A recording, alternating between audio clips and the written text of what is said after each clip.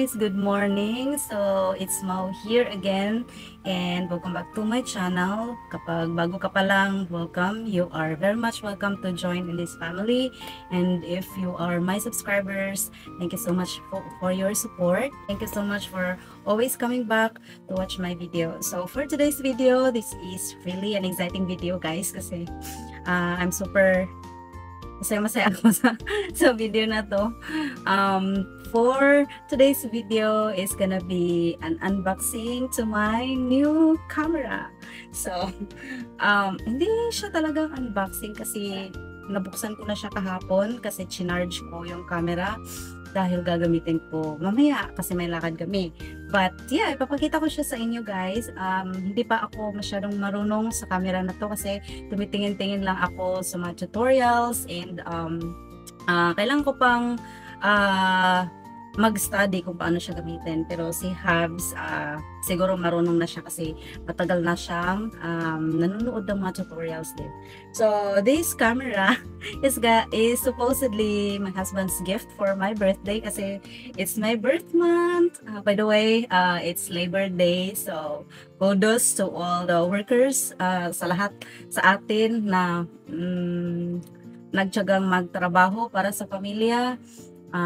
We deserve a pat on our shoulder. So yeah, keep up the good work and know that you are very much appreciated, you are loved, and we value all your efforts, all your hard work. So yeah, so the camera na binili ni Habs, which is supposedly this gift for me on my birthday, pero excited siya.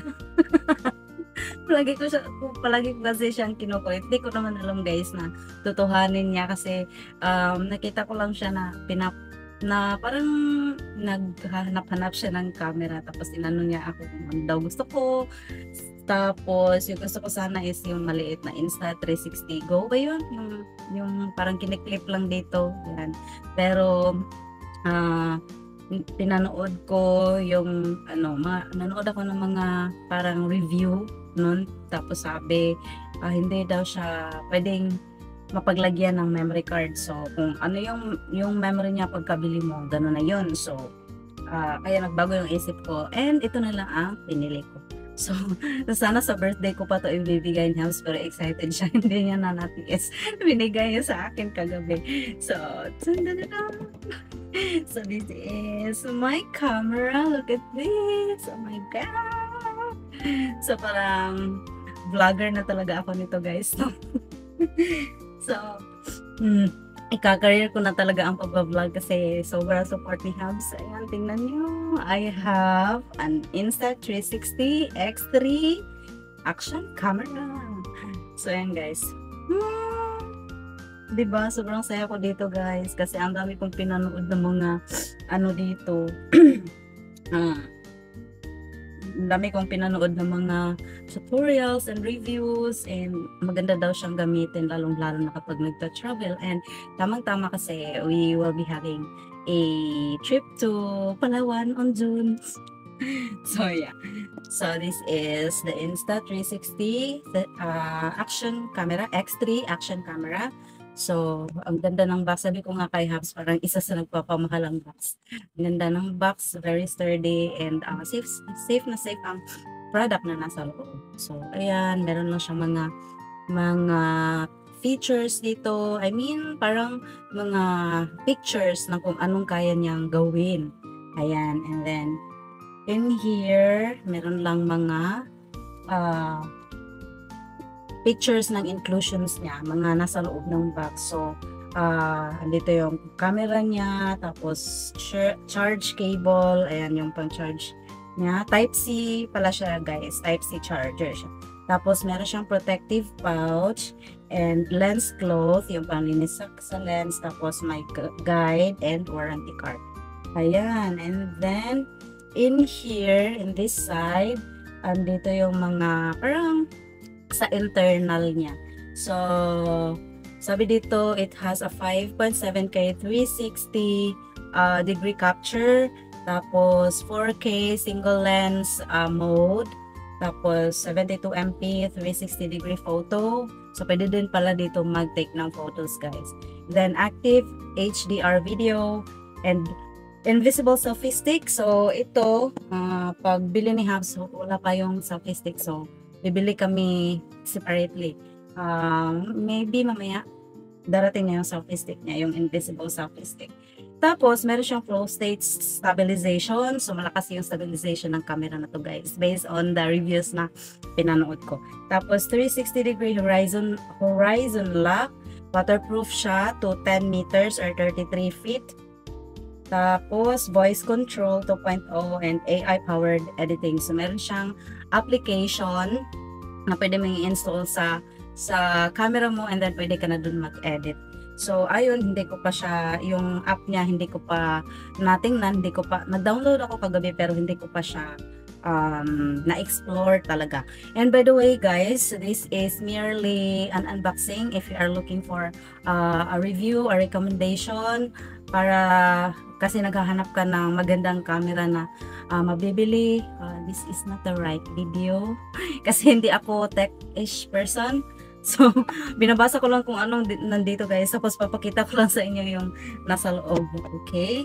So, kung naghahanap kayo nung parang extensive na review para malaman mo kung ano yung good camera, yung camera na fit sa pangangailangan mo, buti pa humanap ka na lang ng ibang video. So, yan. Ano ba? Ba't ang hirap yung buksan? Okay. So, ayan. So, ito siya. Itong cord, ito yung charger na. Ito yung charger niya. Supposedly, dito siya sa loob. Pero, nakuha ko na siya gabi kasi nga, chinarge ko ang camera. So, this is the camera. Ayan. Diba? Ang ganda. Oh my God, ang ganda. So, yan. This is the camera. So, ayan, dual siya. Para din siyang phone na may front cam siya, may back camera siya. So, yan. Ito yung lens niya. Dalawa, front and back. And then, in this side, ito yung, I think this is for the speaker. And then, andito yung off, on and off na button. And then, in this side, ito, kapag bubuksan mo siya, andito yung port for charging.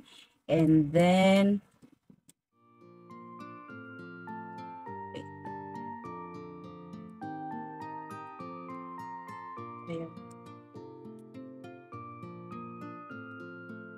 yan. Nandito yung port for charging, and then this one is the battery. And by the way, guys, itong battery niya, this is hindi siya built-in kasi natatanggal lang siya. And then pwede kang bumili ng extra battery if gusto mo para para may magagamit ka, parang may extra kapag lalong-lalo na kapag nagta-travel ka and hindi mo, wala kang mapag-chargean agad. Ayun. So, this is the battery. This is yung port ng pang-charge. This one, dalawa pala siya. This side and this side is for the speaker. And then, sabi dun sa napanood ko na review, dapat daw, kapag binuksan mo to, pagbalik mo ay kailangan wala nang mga red na lumalabas dito kasi ito daw yung nagpapa-waterproof ng camera. So, ayan, tingnan nyo, guys.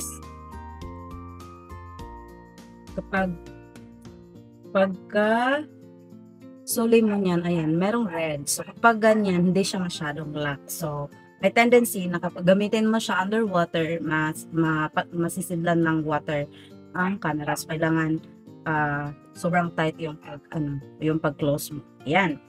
So, and then, on natin. Parang marunong.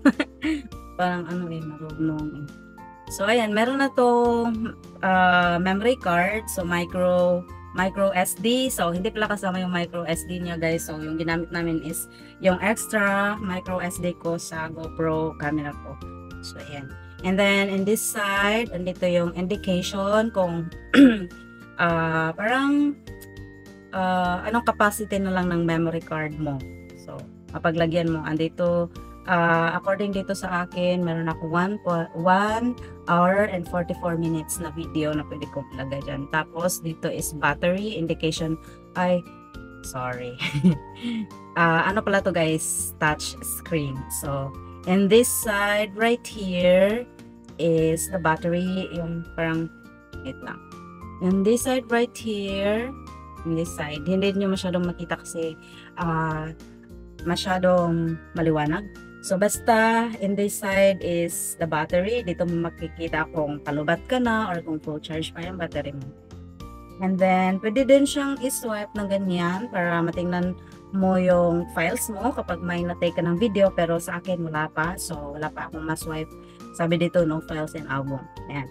And then, when you swipe left, ayan, meron siyang mga settings dito. So, pwedeng auto, pwedeng manual. Ayan.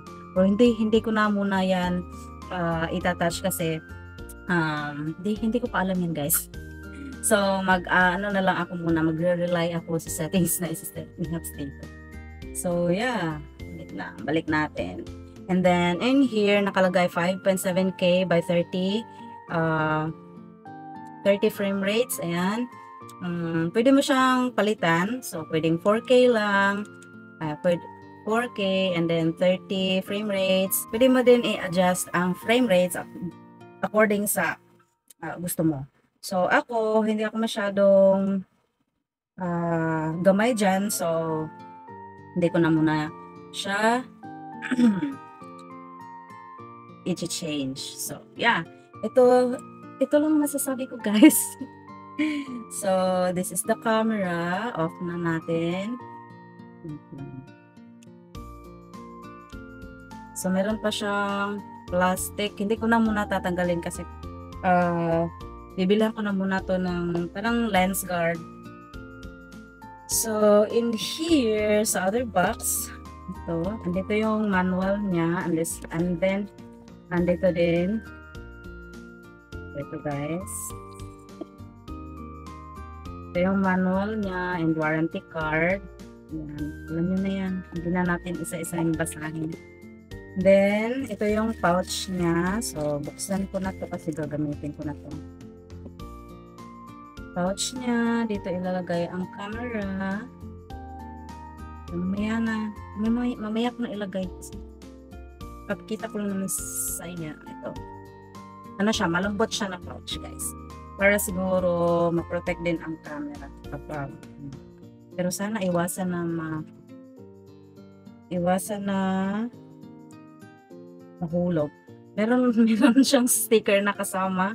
White lang na sticker, White lang na sticker, Insta360 yung nakalagay. And then meron din yellow. And then, ito yung protective. Saan ba yung ano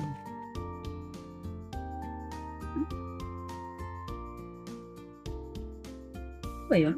Lens.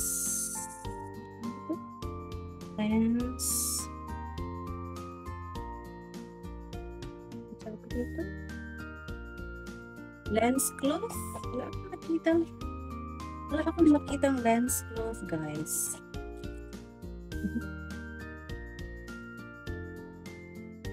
Wala talaga.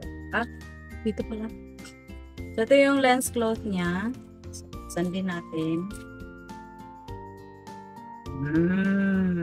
Parang yung pang ano lang din sa lens ng glasses. Ito, punasan. So, ayan lang siya. Yung selfie stick, hindi pa dumating guys. Pero mamaya, darating na yun kasi gagamitin namin yun mamaya. So, yeah, that is it for this unboxing. I'm very much thankful to my husband na sobrang napaka-supportive. Hindi siya supportive ano sa akin guys, mag-video lalo na in public kasi ayaw niya talagang siya yung magdadala ng camera in public. Lalo na kapag tinitingnan ng mga tao. Pero very supportive siya. Yung GoPro ko siya din bumili nun. And then ito, binilhan niya ako yun. So, parang mag-vlogger na talaga ako nito. So, kaya subscribe na kayo guys. Supportaan nyo naman ako.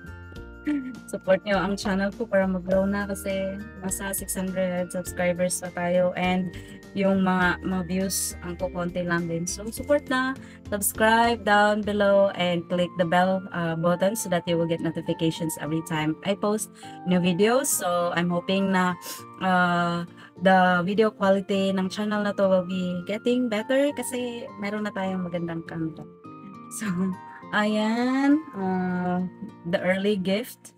So, May 10 pa yung birthday ko, guys. Pero ang gift ko dumating ng May 1. April 30 ng gabi. So, ayan. Thank you so much. I'm very grateful. I'm feeling so loved. I'm feeling so pampered and spoiled. Thank you so much. Thank you so much to my dearest husband. So, yeah, that is it for today's video, guys. Again, kapag hindi ka pa subscribe na kayo. And I'll see you on my next one. Bye!